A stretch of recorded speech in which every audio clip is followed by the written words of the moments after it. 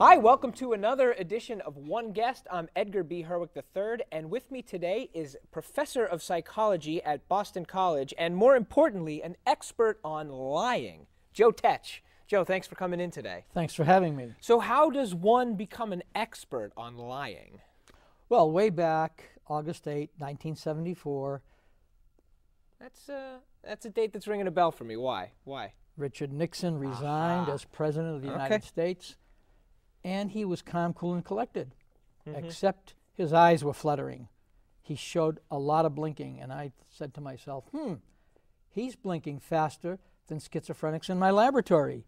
Something's going on here. Wow. And I began to correlate fast blinking with negative emotional states. And as you know, often negative emotional states accompany lying. So as you looked into this, you found there's a couple of indicators of these negative emotional states in lying.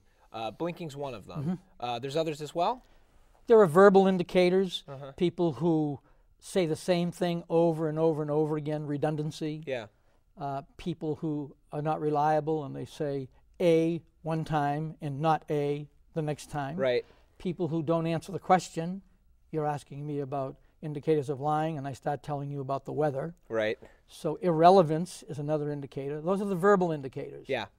And then we have the nonverbal or body language indicators. And one of those is fast blinking. Wow. So now, as I understand, about every 4 years, you start getting calls about this lying and blinking correlation, and why is that?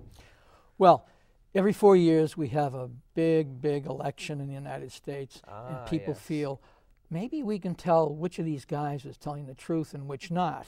In effect, we've been able to predict the winner of the election based on each debate for the past 20 years or so. So for 9 elections, we've been able to predict who was going to win based on their blinking during the debates. Simply the one who's blinking faster is going to lose? Faster blinker during the debates loses the election. But it doesn't mean that he is lying.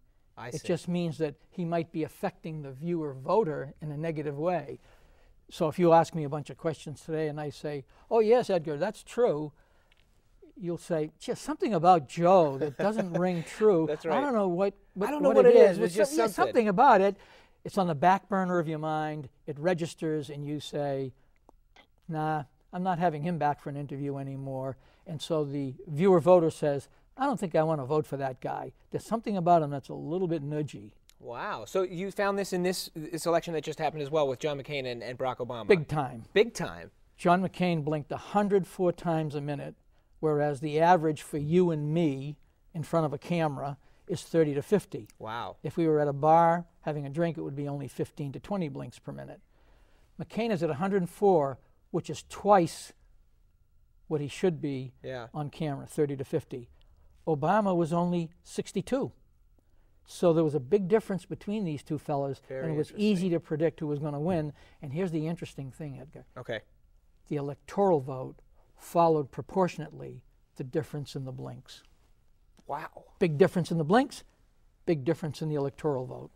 So do you do this? Is this a parlor trick as well? I mean, you're at a party, are you watching people and checking them out, seeing how they're blinking? Not unless they pay me. Not unless they, oh, that's fair enough. No, the deal is, you don't count mine, I don't count yours. Fair enough. That's a deal. Let's make the deal right now. And you'll notice I'm not blinking at all when I say this. It's been lovely having you. I wish we could talk more, but we're out of time. Joe, thanks for coming in, and we'll see you next time on One Guest.